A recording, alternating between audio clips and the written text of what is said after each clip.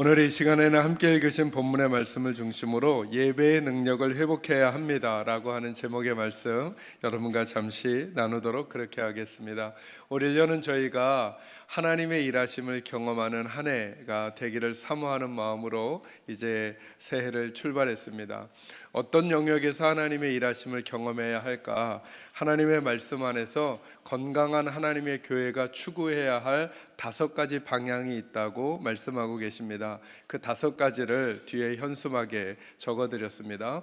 하나님의 교회가 건강하려면 이 5가지 영역에서 하나님의 일하심을 경험해야 하는데, 그것을 우리 개인에게 적용하면 우리 개인이 건강한 믿음의 삶을 살아가고 이 땅을 살면서 힘있게 살아가려면 우리 개인의 영역에도 이 5가지를 그대로 적용해 보면 됩니다. 나는 내 개인의 예배 가운데서 하나님의 일하심을 경험하는가? 나는 하나님의 사람들과의 만남에서 하나님의 일하심을 경험하는가? 내가 하나님의 사람들을 교회 안에서 교제하면서 늘 상처와 갈등 가운데 살아가는가? 아니면 하나님께서 내게 보내주신 사람들을 만나는 복을 받고 살아가는가를 한번 점검해 보는 것이죠. 여러분의 일주일의 삶을 살아가면서 또 점검해 보셔도 됩니다. 나는 일주일의 삶 가운데 하나님의 마음에 민감한 사람과 대화를 나누고 교제하는 시간들이 내게 있는가 점검해 보셔야 합니다. 세 번째는 하나님의 말씀 안에서 하나님의 일하심을 경험해야 합니다.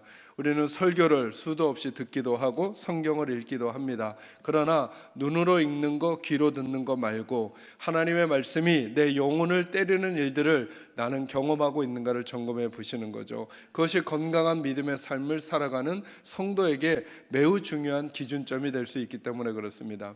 사역과도 관련된 문제입니다. 나는 하나님의 일과 만나고 있는가 점검해 보면서 내가 성가대를 하든 내가 설교를 하든 내가 찬양을 하든 내가 안내 주차 관리를 하든 이것을 하는 그 시간에 하나님의 일하심을 경험하는가, 아니면 하나님 없이 설교하고 하나님 없이 찬양하고 하나님 없이 안내 주차관리 교사로만 일하고 있는 것인가. 그래서 예배당에서 하는 하나님과 관련된 일을 한다고 하면서도 그 일이 세상에서 하는 일과 전혀 구분되지 아니하는 것을 우리가 살아가고 있다고 한다면, 저와 여러분은 올 1년 동안에 설교를 하든 그리고 찬양을 하든 어떤 사역을 하든 하나님께서 일하시는 것을 경험하는 복이 우리들에게 꼭 있기를 간절히 소망합니다. 그래야 건강한 믿음의 삶을 살아갈 수 있다는 것이죠. 이처럼 5가지 영역을 저희가 점검해 가는데, 오늘은 그 중에 첫 번째로 예배의 영역 안에서 우리가 어떻게 하나님의 일하심을 경험하게 될 것인가를, 예배의 능력을 회복해야만 가능하다는 말씀으로 여러분과 은혜 나누도록 그렇게 하겠습니다.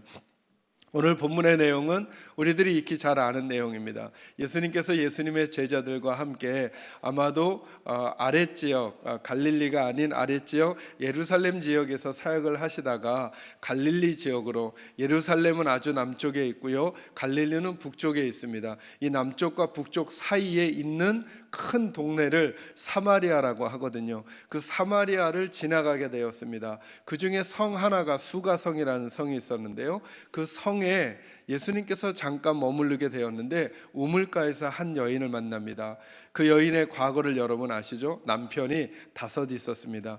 5 있었지만 지금 있는 남자도 남편이 아닌 그런 삶을 살아가는 여인이었습니다. 그 여인과 예수님이 대화를 나누던 중에 그 대화가 어디까지 가느냐 하면, 갑자기 이 여인이 예수님에게 이렇게 묻습니다. 여러분 19절 말씀 보세요. 제가 읽어갑니다.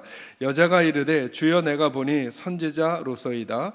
우리 조상들은 이 산에서 예배하였는데 당신들의 말은 예배할 곳이 예루살렘에 있다 하더이다 라고 예수님에게 묻습니다. 이게 무슨 말이냐면, 사마리아 사람들은 어디서 예배해야 하는가? 자기네 나라에 있는 그리심산이라는 데서 예배를 해야 하고, 유다 사람들은 예루살렘 산에서, 예루살렘 성전에서 예배해야 한다고 하는데 도대체 어느 산에서 예배하는 게 맞습니까? 라고 묻는 거예요. 근데 예수님은 뭐라고 대답하시느냐 하면 이렇게 대답하는 거예요. 여러분 21절은 같이 한번 읽겠습니다. 시작. 예수께서 이르시되 여자여 내 말을 믿으라. 이 산에서도 말고 예루살렘에서도 말고 너희가 아버지께 예배할 때가 이르리라. 아멘. 21절 말씀이 저와 여러분이 오늘 말씀을 이해해 가는데 아주 매우 중요한 키 구절이 될 것입니다. 왜냐하면 여인의 질문을 잘 생각해 보시기 바랍니다. 여인은 뭘 물어봤죠? 예수님, 이 산에서 예배해야 됩니까? 아니면 저 산에서 예배해야 합니까? 라고 무엇을 물어봤습니까? 예배하는 장소를 물어봤어요. 그죠? 그러면 여러분, 자연스러운 흐름이 뭐냐면, 그러면 예수님이 대답해 주셔야죠. 이 산에서 예배하거나 아니면 이 산에서 예배하거나, 아니면 이 산도 아니고 이 산도 아니면 어느 산을 가르쳐 주셔야죠. 그죠? 그런데 예수님은 뭐라고 말씀하시냐면 이렇게 말씀합니다. 여자여, 내 말을 믿으라. 이 산에서도 말고 예루살렘에서도 말고 너희가 아버지께 뭐 할 때가요? 예배할 때가 이르리라. 장소를 물었는데 뭘 말씀해 주세요? 때를 말씀해 주신다는 거예요. 그러니까 이제부터 예수님의 이 말씀 때문에 예배에 대한 모든 관념과 개념이 바뀌게 될 거라는 거예요. 그 전에는 어디서 예배하느냐가 매우 중요한 이슈였는데, 이제는 그런 식의 예배 말고 다르게 예배할 때가 오게 될 거라는 거예요. 그리고 그때는 어떻게 예배하느냐 하면 이렇게 예배한다는 거죠. 23절과 24절 같이 읽습니다. 시작.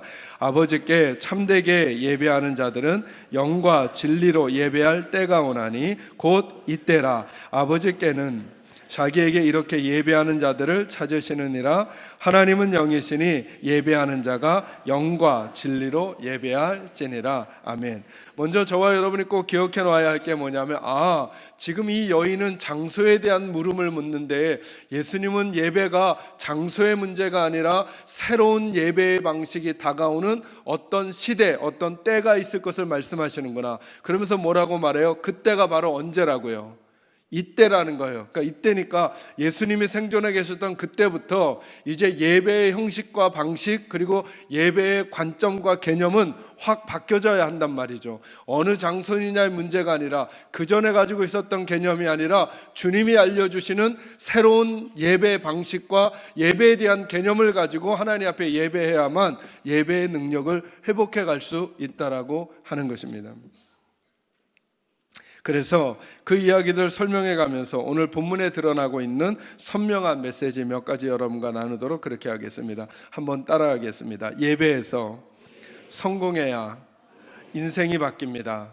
다시 한번 할까요? 예배에서 성공해야 인생이 바뀝니다.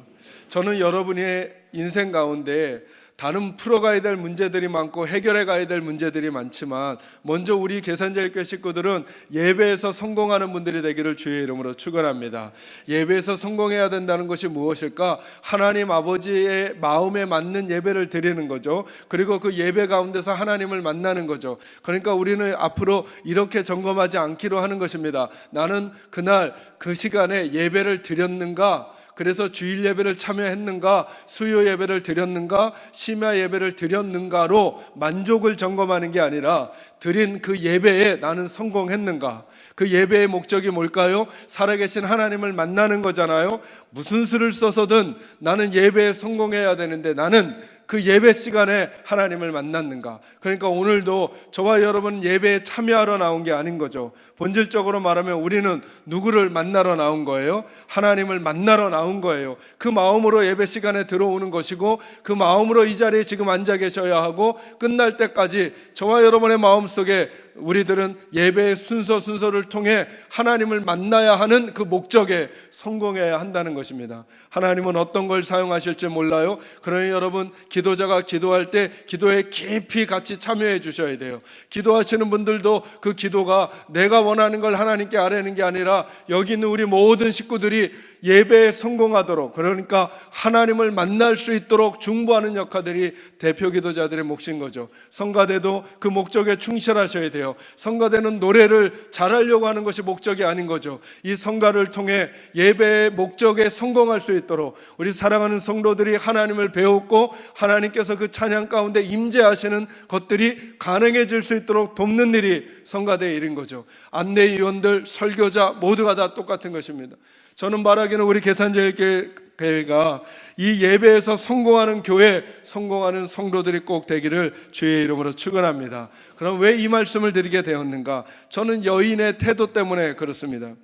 여인과 예수님은 처음 만남에서 무슨 얘기를 하시느냐 하면 물 마시는 얘기를 합니다. 그래서 물을 좀 달라고 하고 막 대화를 나눕니다. 여인이 이러저러한 이야기를 합니다. 당신네 사람들은 우리랑 상종을 안 하는데, 원래 유다 사람들은 사마리아 사람들과 상종을 하지 않습니다. 역사적인 배경이 있습니다. 왜 그러느냐 하면 남쪽과 북쪽의 이스라엘로 나뉘어졌을 때 일입니다. 북쪽이 먼저 망합니다. 아수르라고 하는 나라에. 근데 이 아수르라고 하는 나라가 매우 잔인한 정책을 씁니다. 어떤 정책을 쓰냐 하면 이 사람들 그대로 모아두면 이 사람들이 반역을 일으킬까 봐 이 북쪽 이스라엘에 살던 사람들 중에 똑똑하고 그리고 지혜로운 사람들은 다 끌어다가 저쪽 먼 나라 이방 지역에다가 막 뿌려놓습니다. 이 사람들을 나중에 가리켜 디아스포라라 그러거든요. 이 사람들을 다 흩뿌려 놓습니다. 그래야 집결이 안 되니까. 그리고 여기다가는 누구를 끌어놓는가? 먼 지방에 있었던, 그러니까 유대인이 아니었던 이방 사람들 중에 그렇고 그런 사람들을 여기다가 막 심어 놓습니다. 그랬더니 북쪽 이스라엘에는 유대인들과 이방인들이 혼혈이 돼서 살아갑니다. 나중에 유다 사람들이 바벨론 포로로 잡혀갔다가 남쪽 유다로 왔을 때 예루살렘 성전을 짓습니다. 그때 북쪽의 사람들이 도와주려고 합니다. 그때 거절합니다. 왜냐하면 너희들은 순수 하나님의 백성의 혈통이 아니다 라고 하면서 사마리아 사람들을 거절합니다. 그때부터 사마리아와 밑에 유다 사람들은 관계가 안 좋은 것입니다. 심지어 유다 사람들은 사마리아 사람들을 개 취급을 했습니다. 동물 취급을 하고 그럴 만큼 싫어했습니다. 그런데 예수님께서 그 사마리아 성으로 들어가 여인에게 말을 걸고 물을 달라고 하니까 여인이 막 놀란 거죠.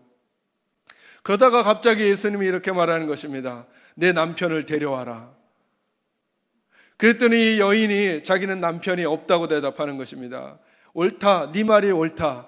네가 전에 남편이 5명 있었고 지금 있는 남편도 네 남편이 아니다 라고 말하면서 이 여인의 과거를 말씀하는 것입니다. 생각해 보니까 이 여인은 아주 복잡한 인생을 살았던 여인입니다. 근데 제게 의구심이 드는 건 이것입니다. 그렇게 복잡한 인생을 살았던 이 여인이 왜 갑자기 예배 얘기를 예수님께 여쭙냐는 것입니다. 왜 갑자기 이 여인이 예수님에게 예배에 관한 질문을 하냐는 것입니다. 제게는 이렇게 깨달아집니다. 이 여인은 자신의 박복한 인생을 해결하고 싶었습니다. 남자를 많이 만나도 해결되지 않는 자기 인생의 갈증, 이 방법을 써도 저 방법을 써도 행복하지 않은 자기의 인생을 이런 방법 저런 방법으로 해결해 보고 싶었습니다. 그 중에 제일 마음을 썼던 게 뭐냐면 예배였다는 것이죠. 이 여인이. 그런데 자기들의 사람들은 그리심산에서 예배하라고 하고 유다 사람들은 예루살렘에서 예배하라고 하는데 그 전까지 아무리 그리심산에서 예배를 드려도 만족이 없고 그 예배 가운데 임하시는 하나님을 만날 수 없었던 그 여인은 내 과거를 알고 나에게 이런 말을 해줄 수 있는 예수라면 내가 어디서 예배해야만 내 인생의 새로운 길이 열리고 어디서 예배해야만 내가 하나님을 만나는 삶을 살 수 있을까를 대답해 줄 수 있을 거라는 생각이 들었던 모양인 거죠. 아, 그렇구나. 이 여인을 통해 하나님 말씀해 주고 싶은 게 뭐냐 하면 예배에 성공해야 인생이 바뀐다라고 하는 생각을 지금 우리에게 말씀해 주고 싶으신 것입니다. 맞아요. 자신의 고단한 삶에서 예배를 통해 해결해 보려고 했지만 지금까지 예배를 통해서는 해결이 불가능했습니다. 그리심산에서 예배하는 그들의 인생을 통해서 바뀌지 않아서 혹시 유다 사람들이 예배한다는 저 예루살렘에 가서 예배하면 예수님 정말 나는 하나님을 만날 수 있는 것입니까? 라고 묻는 여인의 절규와도 같은 질문이다. 저는 그렇게 깨달아집니다. 그래서 어디서 예배하는지를 묻는 것이죠.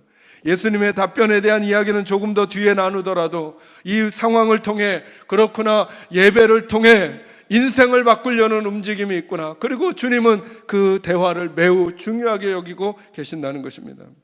그렇습니다. 사랑하는 성도 여러분, 예배가 중요합니다. 저는 우리 사랑하는 계산자교회 식구들이 단지 주일날 드리는 이 예배를 일주일에 한 번 참여하는 계산제일교회에서 되어지고 있는 어떤 프로그램이나 어떤 이벤트에 내가 시간을 내서 왔다가 가는 것으로 끝나지 마시고 그 각박하고 힘든 인생을 살아가면서도 예배에 대한 갈증을 가지고 있었던 이 여인이 참된 선지자 예수님을 만나서 예배에 대한 갈증을 해결하고 싶어서 물었듯이 그만큼 예배가 인생을 바꾸는 데 있어서 소중하다는 것을 꼭 기억하시고, 저는 올 1년 동안에 그리고 여러분의 인생 가운데 우리 사랑하는 계산제일교 식구들이 예배에 성공하게 되기를 주의 이름으로 축원합니다.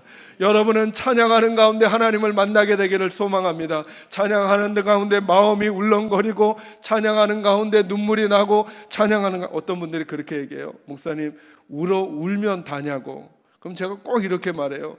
그러면 눈물도 못 흘리면 다냐고. 찬양하다가 울지도 못하면 다냐고.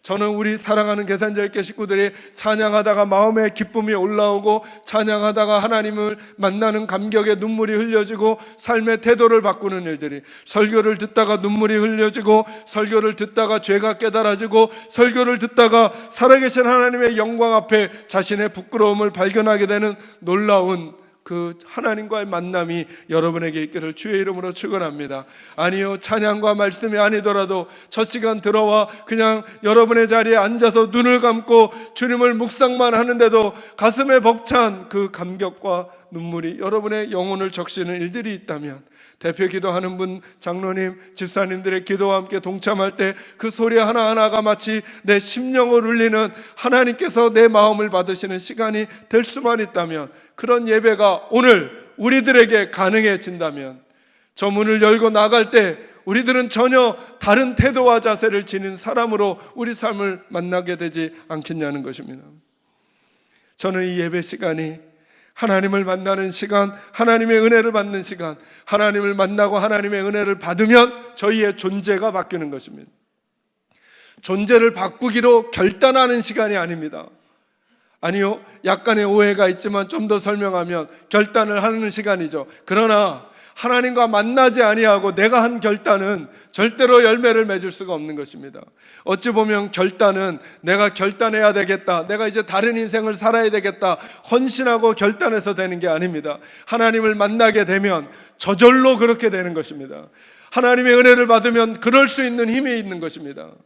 저희들은 너무 많이 알고 있는지도 모릅니다. 설교를 듣지 않아도 예수 믿는 사람들이 어떻게 살아야 될지, 어떤 태도를 가져야 될지 우리 이미 다 알고 있습니다. 그런데 문제는 뭐냐 하면 마음이 동하지 않는 것입니다. 그런데 문제는 뭐냐 하면 그 깨달아진 마음을 실천할 수 있는 힘과 능력이 없는 것이죠. 그 힘과 능력이 어디서 오는가? 예배 가운데 하나님을 만나고 예배 가운데 하나님의 은혜를 받게 되면 마음이 동하고 그럴 수 있는 인생을 살게 되는 것입니다. 그러니 저는 사랑하는 우리 계산제일교 식구들이 예배 가운데 성공하기를 주의 이름으로 축원합니다. 두 번째 말씀입니다. 한번 따라합니다. 하나님의 마음을 알아야 합니다. 이 말씀은 무슨 말씀이냐 하면, 여러분 여기 말씀 같이 읽도록 하겠습니다. 23절 말씀 다 같이 한번 읽을까요? 읽습니다. 시작. 아버지께 참되게 예배하는 자들은 영과 진리로 예배할 때가 오나니 곧 이때라. 아버지께서는 자기에게 이렇게 찾으시느니라. 아멘. 자, 하나님은 누구를 찾으신다고요? 한 번 더 따라하겠습니다. 하나님은 일꾼이 아니라 예배자를 찾으십니다.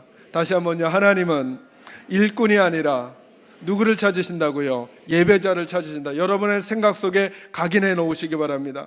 우리 늘 헷갈리는 부분입니다. 하나님은 하나님을 위해서 일할 일꾼을 찾으시는 게 아니라 누구를 찾으신다고요? 하나님께 예배하는 자. 왜 그럴까? 왜 하나님께서는 예배자를 찾으실까? 그 예배가 하나님과의 만남이기 때문에 그렇습니다. 여러분 기억해 놓으십시오. 하나님을 진짜로 예배하게 되면 일꾼이 됩니다. 하나님을 예배하고 일꾼이 되는 것입니다. 예배와 일은 충돌을 일으키는 게 아닙니다. 우리 늘 그렇게 싸우죠. 봉사와 예배를 충돌을 일으키려고 하죠. 근데 여러분, 진짜 하나님의 일은 진짜 하나님을 예배한 사람들이 하는 것입니다. 하나님을 예배한 사람들은 일을 하게 되어 있습니다. 하나님을 예배한 사람들은 다른 표정을 짓게 되어 있습니다. 하나님을 예배한 사람들은 다른 말을 하고, 하나님을 예배한 사람들은 다른 손길을 베풀게 되어 있습니다. 내가 결단한 손길과 눈길, 표정이 아니라 하나님을 만난 감격과 기쁨에서 나오는 예배자만이 얻게 되는 그 힘으로 일하게 된다는 것입니다. 그리고 나서야 우리의 일은 하나님의 일이 될지도 모릅니다. 하나님을 만나지 아니하고 내가 결단해서 이루어 놓은 어떤 일들은 하나님의 이름으로 지어가는 것 같지만 시간이 지나고 나면 이것은 내가 지었다라고 말할 수밖에 없게 되는 것입니다. 내가 남들보다 얼마나 수고했는데, 내가 남들보다 얼마나 가슴앓이를 했는데, 내가 남들보다 얼마나 열심히 했는데 라고 하면서 그 자리를 물러서게 되거나 아니면 옆에 비켜나게 될 때 그 모든 일들이 내게로 돌아오게 되는 것입니다. 그러나 사랑하는 성도 여러분, 하나님 앞에 예배하는 자는 예배하고 나서 한 일이 내 일이 아니었다는 사실을 알고 있습니다. 지난주에 저희 교회가 창립된 이후로 최고로 많은 성도들이 예배를 드렸습니다. 작년까지 1,500명 약간 넘는 성도들이 예배를 드렸는데요, 지난주에 1,650명이 넘는 식구들이 예배를 드렸습니다. 저는 저와 우리 교육자들은 생각합니다. 분명히 생각합니다. 이건 저희들의 열매가 아닙니다. 이거는 하나님이 하신 일이죠. 그걸 어찌 아느냐 하면 우리들의 실력 가지고는 이렇게 할 수가 없습니다. 저희 교회 공간 가지고는 이런 일을 할 수 없습니다. 저희 교회 주차 공간 가지고는 이런 일을 할 수 없습니다. 저희 교회가 600명일 때 우리 교회는 1,000명이 될 수 없다고 주변에서 말해 주었습니다. 1,000명이 되었을 때 이제 그게 맥시멈이라고 더 이상 다른 일은 일어나지 않을 거라고 했습니다. 저도 거기에 동의하고 그 한계가 있을 것 같다는 생각을 합니다. 그러나 하나님은 다른 마음을 가지고 계셨던 것이죠. 저는 그래서 알고 있습니다. 지금 이 일이 우리들 때문이 아니라 하나님 때문이라는 것을. 저는 그래서 더더욱 우리 사랑하는 계산제일교 식구들이 하나님 앞에 예배하는 일에 전신전력을 다하기를 원하는 것입니다. 우리의 찬양이 언제 바뀔 것인가? 예배 중에 하나님 만나고 부르는 찬양은 곡조와 관계없이, 템포와 관계없이, 멜로디와 관계없이 우리의 마음을 울리는 찬양이 될 것입니다. 우리의 기도는 언제 힘을 갖게 될 것인가? 예배 가운데 임재하신 하나님을 만나고 나서야 나 혼자 기도하는 게 아니라 하나님께서 도와주시는 기도, 성령님이 함께 해주시는 기도를 드릴 때 우리는 그 기도를 통해 우리 존재가 바뀌어가고 하나님이 나를 이끌어 가심을 맛보게 될 것입니다. 사랑하는 성도 여러분, 만약에 저와 여러분이 지금 드리고 있는 이 예배가 쇼라면, 그리고 제가 하고 지금 인도하고 있는 것이 이게 쇼라면, 여러분, 저희가 이렇게 열심히 이 자리에 모여 있을 이유가 무엇입니까? 그리고 이 일이 반복된다면 여러분, 이 아까운 시간에 저와 여러분은 다른 곳에 가서 다른 일을 하며 그 일의 열매를 맺는 것이 낫겠죠. 그러나 사랑하는 성도 여러분, 잊지 마셔야 합니다. 하나님은 지금도 일꾼을 찾는 게 아니라 예배자를 찾습니다. 목사님, 그러면 언제 일하나요? 하나님을 예배한 사람은 일을 안 할 수가 없습니다. 하나님을 예배하고 하나님 만난 사람은 다른 이들에게 좋은 표정을 안 줄 수가 없습니다. 다른 이들에게 좋은 말을 안 해줄 수가 없습니다. 힘들고 어려운 상황 가운데서도 소망을 유지하지 아니할 수가 없습니다. 왜냐하면 하나님을 만난 힘이 있기 때문에 그렇습니다. 오늘 우리들은 왜 바람이 빠진 풍선과도 같은 삶을 살 때가 많은가? 이유는 그 안에 채워져야 할 하나님의 호흡, 그 안에 채워져야 할 하나님의 능력이 채워져 있지 않기 때문에 그렇습니다. 사랑하는 성도 여러분, 예배에 성공하시고 하나님의 마음을 기억해 놓으시기 바랍니다. 하나님은 예배자를 찾으십니다. 만약에 여러분들이 이렇게만 결단한다고 할지라도 올 1년 동안 나는 예배에 성공하며 예배 가운데 하나님 앞에 예배자로 있을 거야, 사람 앞에 머물지 않을 거야, 목사님이 내가 얼마나 예배를 잘 드리는가 칭찬하는 말 들으려고 하지 않을 거야, 다른 사람이 나를 어떻게 평가하는가 듣지 않을 거야, 오직 나는 예배 시간에 아버지 하나님 앞에만 머물 거야. 저는 여러분이 그렇게 결단하기를 바라고, 찬양을 할 때, 기도를 할 때, 설교를 들을 때 저는 여러분들이 꼭 아버지 하나님 앞에만 예배하고 그 하나님 앞에 은혜 얻고 돌아가시는 복이 있기를 주님의 이름으로 축원합니다. 이제 마지막 세 번째 말씀입니다. 한번 따라합니다. 예배는 방법의 문제가 아닌 상태의 문제입니다. 조금 어색하죠? 다시 한번요. 예배는 방법의 문제가 아닌 상태의 문제입니다. 자, 이제 예수님께서 장소를 물었던 여인에게, 예수님, 이 산에서 예배해야 합니까? 아니면 예루살렘에서 예배해야 합니까? 라고 장소를 물었던 여인에게 예수님이 뭐라고 말씀하시느냐 하면 이 산에서도 말고 저 산에서도 말고 장소의 문제가 아니라 하나님 앞에 예배해야 하는 때가 올 것이다. 근데 그때는 어떻게 예배를 드리는가? 이렇게 예배를 드리랍니다. 여러분 23절 24절을 다시 한번 읽겠습니다. 시작. 아버지께 참되게 예배하는 자들은 영과 진리로 예배할 때가 오나니 곧 이때라. 아버지께서는 자기에게 이렇게 예배하는 자들을 찾으시느니라. 하나님은 영이시니 예배하는 자가 영과 진리로 예배할지니라. 아멘. 어떻게 예배하라고요? 아버지께 어떻게 참되게 예배하는 자들은, 진짜로 예배하는 자들은 앞으로 이렇게 예배할 때가 올 거라는 거예요. 어떻게 해요? 영과 진리로. 질문요, 그 전에는 예수님이 이 말씀하시기 전에는 어떤 예배가 가능했었던 건가요? 어떤 예배를 드렸던 거죠? 장소가 중요한 예배. 왜 북쪽 이스라엘이 하나님께 계속 거절을 당했느냐 하면, 이 역사적인 얘기 잠깐만 팁으로 드릴게요. 남쪽과 북쪽이 나뉘어지게 됐어요. 북쪽의 왕은 여로보암이라는 사람이었고요, 남쪽은 르호보암이었어요. 그런데 예루살렘이 어디에 속해 있느냐 하면 남쪽에 속해 있는 거예요. 하나님은 이스라엘 백성들에게 말했거든요. 하나님의 백성들은 예루살렘 성전에서 예배해야 한다고. 그랬더니 북쪽을 다스리는 여로보암이 걱정이 된 거예요. 왜 그럴까요? 1년에 적어도 성년들은 3번 정도 예루살렘으로 가야 하는 거거든요, 북쪽에 살던 사람들이. 그런데 북쪽 이스라엘 사람들이 1년에 3번 예루살렘으로 가게 되면 자기가 북쪽에 살고는 있지만 남쪽 예루살렘 성전을 바라보면서 기도하게 되고 1년에 3번은 거길 가게 되니까 자기의 왕권이 흔들릴 거라고 하는 두려움이 생긴 거예요. 그래서 여로보암이 의도적으로 잘못된 성전을 2군데 예배 처소를 만듭니다. 북쪽 이스라엘의 제일 남쪽 베델에다가 하나 만들어 놓고, 북쪽 이스라엘의 제일 북쪽 단에다가 제단을 하나 만들어 놓고 어디를 못 가게 하는 거예요? 예루살렘을 못 가고 북쪽에만 있게 하는 거예요. 근데 잘 생각해 보니까 그건 곧 하나님의 말씀을 어기고 자기 나름대로의 예배를 하게 만들어 버리는 거예요. 그래서 북쪽 이스라엘이 계속 하나님과 다른 길을 가게 되는 거예요.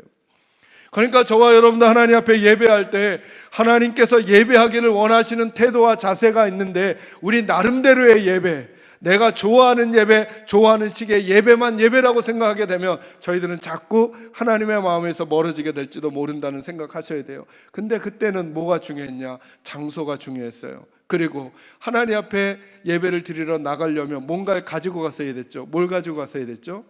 동물을 제물로 가지고 갔어야 되는 거예요. 그런데 이제 예수님이 말씀하는 거예요. 이제는 참으로 하나님께 예배하는 자들은 뭘로 예배한다고요? 동물로 예배하지 않고, 장소와 관련된 문제로 예배하지 않고, 뭐와 뭐로요? 영과 진리로 예배할 때가 올 거라는 거예요. 이 말은 그래야만 하나님 만나게 될 거라는 거예요. 어떤 분들은 헌금을 많이 가지고 나와야 하나님 만난대요. 아니요, 가지고 나오는 것이 아니에요. 재물을 가지고 나오는 것의 문제가 아니에요. 이제는 영과 진리로 예배를 드려야 해요. 영과 진리로. 장소의 문제가 아니에요. 앞자리에 앉았는가 뒷자리에 앉았는가. 저는 우리 계산자의 식구들은 앞자리에 좀 앉아주셨으면 좋겠어요. 왜냐하면 그래야 늦게 오시는 분들이 뒤에 앉으실 수 있으니까. 그거 말고는 앞자리가 금자리라서 뒷자리가 동자리라서 은혜를 못 받는 게 아니에요. 장소의 문제가 아니에요. 상태의 문제라는 거예요. 왜 제가 상태의 문제라고 말씀하는가? 여기 보면 영과 진리로도 뭔가 방법적인 문제 같아요. 그런데 영어식 표현으로 보면 어떻게 되어 있느냐 하면 성령 안에서, 그리고 진리 안에서 예배해야 한다는 거예요. 내가 뭔가를 들고 와서 예배하는 게 아니라 그 안에 거한 상태로 예배해야 한다는 거예요. 그 첫째가 누구 안에서요? 성령 안에서. 여러분, 찬양하고 기도하고 말씀을 들을 때 성령 하나님 안에 머물도록 하셔야 해요. 그 성령 하나님의 도우심을 구하셔야 돼요. 성령 하나님, 오늘도 여러분 혹시 오늘 예배 드리면서 그렇게 기도해 보셨나요? 묵도하시면서 성령 하나님, 제 찬양이 성령의 능력 안에 머물게 해주세요. 제가 말씀 들을 때 성령 하나님 저를 도와주셔서 제 마음을 열어주시고, 똑같은 언어가 다른 말로 제게 들리게 해주세요. 성령 하나님 역사해 주세요. 깨닫지 못했던 것들이 깨달아지는 복을 허락해 주세요. 성령의 능력 안에서, 성령님 안에서, 그 상태 안에서 예배해야 한다는 거예요. 또 하나가 뭐 안에서요? 진리 안에서. 그래서 여러분, 예배 가운데 제일 중요한 핵심이 어디에 있냐면 말씀에 있어요. 여러분, 그 말씀 안에서 내가 예배하는 거예요. 진리 안에서. 진리가 깨달아져야 하고 진리 때문에 내 생각을 바꾸는 거예요. 그래서 가장 강력한 영적 전쟁의 자리가 예배라고 말씀드렸잖아요. 이 시간에 여러분의 생각이 바뀌어야 돼요. 이런 환경 때문에 나는 더 이상 못 살아 라고 생각하고 예배당에 왔는데, 진리 안에서 아니구나, 하나님께서 우리의 머리털까지 세신 받으셨는데 그 하나님이 내 사정을 모를 리가 없어. 하늘을 만드시고 천지를 창조하신 하나님이 내 하나님이신데 하나님께서 내 삶을 이끌어가지 못하실 리가 없어 라고 하는 말씀이 깨달아지는 순간 다른 태도와 자세를 가지고 이 예배당을 떠나게 되는 것이죠. 그것이 이 자리에서 일어나야 한다는 거예요. 근데 한 걸음 더 나아가면 요한복음에서 진리는 그냥 말씀을 가리키는 것에 그치지 아니하고 말씀의 원형이신 어떤 분을 가리키시죠. 그죠? 그래서 요한복음 1장에서 말씀하셔, 태초에 뭐가 계시니라? 말씀이 계시니라. 그가 하나님과 함께 계셨다라고 말씀하시고, 그 말씀이 무엇인지 우리에게 설명해 줘요. 그 말씀은 바로 누구셔요? 예수님이시죠. 요한복음 14장 6절 말씀 암송할 수 있으시죠? 예수님 말씀하셨어요. 내가 곧 길이요, 그 다음 진리라고 말씀하셨어요. 진리는 누구예요? 예수님이시죠. 그러니까 성령님 안에서 예배했듯이 이제는 누구 안에서? 예수님 안에서 예배해야 되는 거예요. 기도도 예수님 안에서. 우리가 기도를 마칠 때 예수님의 이름으로 기도한다 그러잖아요. 그때 in Jesus라 그래요. 예수님 안에서, 예수님 때문에, 예수님의 공로 안에서 지금 저는 하나님 앞에 기도하는 것입니다. 찬양이 그렇고 말씀이 그렇고 온 예배의 모든 순서가 예수님 안에 있는 거죠. 그리고 봤더니 여러분, 깨달아지는 게 무엇입니까? 예배는 삼위일체 하나님 앞에 머무는 것이에요. 성령 안에서, 예수님 안에서 하나님을 예배하는 거예요. 이 예배 시간에 삼위 하나님이 임해 주셔야 하는 거예요. 성령님이 여러분을 도우시고 예수님의 공로, 보혈의 공로가 우리를 덮고, 그리고 임재하시는 하나님을 만나는 자리가 오늘이 예배 자리라는 거예요. 이 예배의 능력을 회복하면 아무것도 할 수 없었던 것 같았던 우리들의 인생에 새로운 걸음이 가능해지는 것입니다. 여러분, 그 아무것도 할 수 없었던 패배자의 인생, 그리고 낙오자의 인생과도 같았던 사람이 누구냐면 오늘 본문의 이 여인이에요. 여인은 낯이 뜨거운, 볕이 뜨거운 정오에 물을 뜨러 나옵니다. 왜 그럴까요? 자기의 과거가 내놓을 만한 게 없으니까요. 아마 이 여인은 그 동네에 소문이 파다했을 거예요. 남자를 밝히는 여자, 저 여자는 남자를 5이나 갈아치웠어. 근데 지금 사는 남자도 자기 남편이 아닌 그냥 눈이 맞아서 사는 남자래. 뒤에서 순덕순덕 하는 소리를, 오늘날처럼 많은 사람들 속에 숨어 살 수 없는 시대잖아요. 그 당시는 마을 사람들이 다 알았을 거예요. 그 여인은 숨을 쉬지만, 그 여인은 물을 마시지만, 그 여인은 먹고 살아가지만 사는 것 같지 않았을 거예요. 그냥 하루하루 연명하며 사는 거죠. 사람들과 마주치는 것도 싫고 사람들과 인사할 수도 없고 그냥 늘 혼자. 그래서 뜨거운 그 정오에는 다른 사람들은 그늘에서 다 쉬고 있는데 그때 물을 뜨러 나오는 거죠. 아무도 없을 줄 알고. 실패한 인생 같았던 그 인생, 아무도 돌아보지 않는 그 인생, 다른 사람들 앞에 나서고 싶지 않은 그 인생, 내 인생은 이렇게 살다가 끝이 날 모양이야 라고 생각했던 그 인생이 예수님 만나고 예수님 안에서 새로운 힘과 능력을 발견하게 되자 그 여인이 보였던 태도가 있어요. 27절 말씀부터 한번 보세요. 제가 읽습니다. 이때 제자들이 돌아와서 예수께서 여자와 말씀하시는 것을 이상히 여겼으나 무엇을 구하시나이까? 어찌하여 그와 말씀하시나이까? 묻는 자가 없더라. 그 다음 28절 같이 읽습니다. 시작. 여자가 물동이를 버려두고 동네로 들어가서 사람들에게 이르되 아멘. 자, 여자가 물을 뜨러 왔다가 그것을 버려두고 어디로 들어간다 그래요? 동네로 들어간다. 동네로 다시 들어가는 거예요.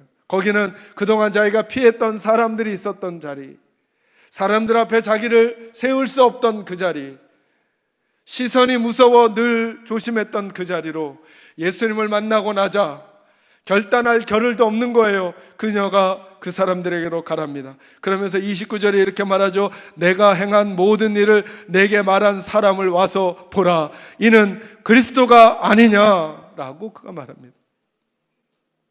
사람들 앞에 설 수 없던 사람이, 제가 늘 전도는 자연스러운 거라고 말하죠. 예수님 만나면 말할 수밖에 없는 감동과 감격이 우리 안에 있다고 말씀드렸죠. 이 여인이 그런 거예요. 피해서 왔던 그 사람들에게, 실패자의 인생 같았던 이 여인이 새로운 출발을 하게 되는 모습을 오늘 여기서 보여주는 것입니다. 만약에 저와 여러분도 올해를 살면서, 만약에 저와 여러분도 우리의 인생을 살면서 넘어질 만한 상황, 다른 사람들의 시선을 피해야만 할 만한 상황, 그리고 다른 사람들 앞에서 패배자와 같은 상황, 실패한 것 같은 상황이 우리에게도 왜 없겠습니까? 그러나 그럴 때마다 주님 앞에 나와 다시 예배하고 주님이 들려주시는 하나님이 어떤 분이신지를 마음에 품고, 그 하나님은 여전히 나를 누구라고 말씀하시는가? 너는 내 것이라, 내가 너를 창조하였고 내가 너를 만들었다. 너는 내 손에 있단다. 나의 의로운 오른손으로 너를 붙들 것이란다. 하늘에 나는 새도, 공중의 새들도, 들에 피고 있는 저 들풀들도 내가 먹이거늘 하물며 내가 너희를 책임지지 않겠느냐라고 말씀하시는 아버지 하나님의 음성이 예배 가운데 귀가 아니라, 예배 가운데 눈이 아니라, 예배 가운데 우리의 영혼에 들려지고 보여진다면, 여러분이 오늘 이 여인처럼 우리는 예배를 통해 새로운 인생을 살아가게 될 것입니다. 저는 여러분에게 이렇게 일하시는 왕이신 하나님, 우리를 도우시는 성령 하나님, 그리고 우리와 함께 하시는 예수님을 만나는 복이 예배 가운데 있어지고 그분의 능력이 여러분의 삶을 만져주시기를 주님의 이름으로 축원합니다. 기도하겠습니다. 거룩하신 하나님,